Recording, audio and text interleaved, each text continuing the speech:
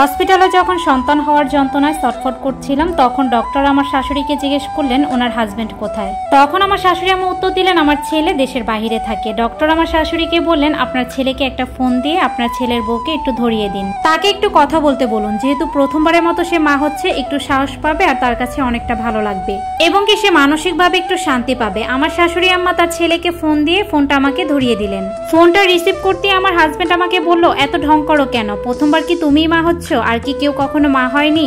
আমার হাজবেন্ডের এমন কথা শুনে আমি সাথে সাথে ফোনটা কান থেকে নামিয়ে ফেললাম। এখন আমি বুঝতে পারছিলাম না আমার হাজবেন্ডের কথায় কি আমি বেশি কষ্ট পাচ্ছি নাকি সন্তান হওয়ার প্রসব যন্ত্রণায় কষ্টটা বেশি পাচ্ছিলাম।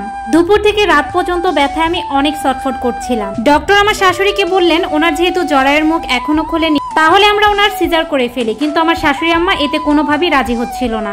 আমার শাশুড়ি চাচ্ছিল যেন আমার নর্মাল ডেলিভারি হয়। আমার এত কষ্ট আমার বাবা সহ্য করতে না পেরে আমার শাশুড়িকে আমার বাবা বললেন ওর তো অনেক কষ্ট হচ্ছে, ডাক্তারকে আপনি ওর সিজার করার অনুমতিটা দিয়ে দিন। 2-3 বার এই কথাটা বলার পর আমার শাশুড়ি বাবাকে বললেন আচ্ছা আমার কোনো সমস্যা নেই, সিজারের সব টাকা পয়সা যদি আপনারা দিতে পারেন তাহলে সিজার করে ফেলুন। আমার শাশুড়ি মুখ থেকে এই কথাটা শোনার পর আমার বাবাটা মাথা নিচু করে ফেললেন, কারণ আমার বাবার এতটাও সামর্থ্য ছিল না যে সিজারের সব টাকা আমার বাবা বহন করবেন। সামান্য একটি বাড়ির দারোয়ানি করে আমার বাবা সংসার চালান, আর আমারও 2টা ছোট বোন আছে, তাদের কথাও তো আমার বাবা চিন্তা করতে হবে। বাবা আমার কাছে এসে অঝরে কান্না করলেন। আমি বাবাকে বললাম বাবা তোমাকে কোনো টেনশন করতে হবে না, আমার সিজারের টাকা তোমাকে দিতে হবে না। এরপর আমার শাশুড়ি ফোনে কথা বলতে বলতে আমার কাছে আসছিল, মনে হয় আমার হাজবেন্ড ফোন দিয়েছে। ফোনে আমার শাশুড়ি বলছিল তোর বউ তো অনেক ঢং করছে, চিল্লাচিল্লি করতে করতে হাসপাতালের সব মানুষ এক করছে, আর হাসপাতাল তো মাথায় উঠিয়ে ফেলছে। আমিও তো 5-5টা সন্তান জন্ম দিয়েছি, কই আমি তো কখনো এরকম করিনি।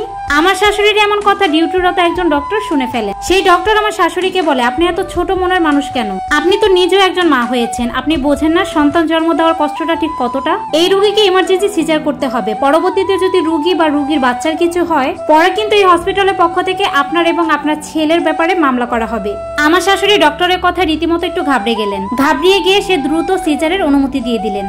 আমি হসপিটালে 8 দিন ছিলাম, কিন্তু এই 8টি দিনে আমার হাজবেন্ড একবারের জন্য আমার সাথে কথা বলেনি। প্রতিদিনই সে তার মায়ের সাথে কথা বলতো, মাকে ফোন দিত, কিন্তু কখনো আমার কথা জিজ্ঞেসও করতো না, এবং কি আমাকেও জিজ্ঞেস করেনি যে আমি কেমন আছি বা আমার সন্তান কেমন আছে। আমি যখন হসপিটাল থেকে বাসায় আসলাম তখন আমি নিজের থেকেই তাকে ফোন দিলাম। সে ফোন ধরতেই আমাকে বলল যে আমি বিদেশে আসার আগে যে তোমার হাতে 9,000 টাকা দিয়েছিলাম সেই 9,000 টাকা তুমি কোথায় খরচ করেছো সেই হিসেব তুমি আমাকে দাও। কিন্তু সে একটাবারের জন্য জানতে চায়নি আমাদের সন্তান কেমন আছে আর তুমি কেমন আছো। 20 দিন পর আমার ডাক্তারের কাছে যাওয়ার কথা ছিল। আমি আমার স্বামীকে ফোন দিয়ে বললাম আমার তো ডাক্তারের কাছে যেতে হবে, আমার জন্য কিছু টাকা পাঠাবেন, আমার শরীরটাও তেমন ভালো না। আমার স্বামী আমাকে বলল তুই মরতে পারিস না।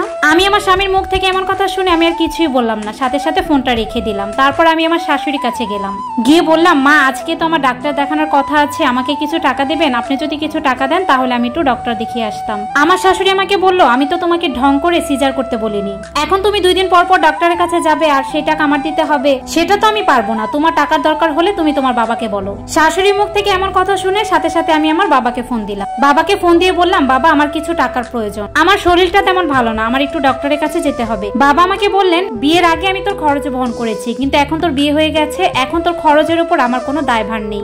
বাবার মুখ থেকে এমন কথা শুনে আমি সাথে সাথে ফোনটা রেখে দিলাম। বাবা যদি আমাকে বলতো আমার কাছে এখন টাকা নেই, আমি তোকে টাকা দিতে পারবো না, তাহলে হয়তো আমার এতটা কষ্ট হতো না, কিন্তু বাবা আমাকে বলেছে আমার উপর তার কোনো দায়ভার নেই। সত্যি কথা বলতে একটি মেয়ে বিয়ের পরে বাবার বাড়ি থেকে সব অধিকার উঠে যায়। সিজারের পর প্রথম 40 দিন একটু সাবধানে চলাফেরা করতে হয় এবং ভারী কাজগুলো একটু কম করতে হয়, কিন্তু আমার শাশুড়ি আমার উপরে রাগে ক্ষোভে আমার উপর কাজ আরো বাড়িয়ে দিয়েছে। আর তার একটাই কারণ আমার কেন সিজার করা লাগলো।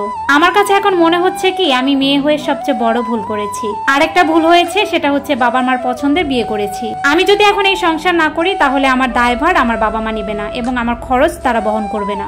আর যদি আমি এখন এই সংসারটা করি তাহলে তো আমি বেঁচে থাকতে পারবো না, তাহলে কি করব আমি। এটা ছিল একটি আপুর জীবন কাহিনী। তো আমার এটার সাথে কোনো মিল নেই। সবাই অনেক বেশি ভালো থাকবেন। আল্লাহ হাফেজ।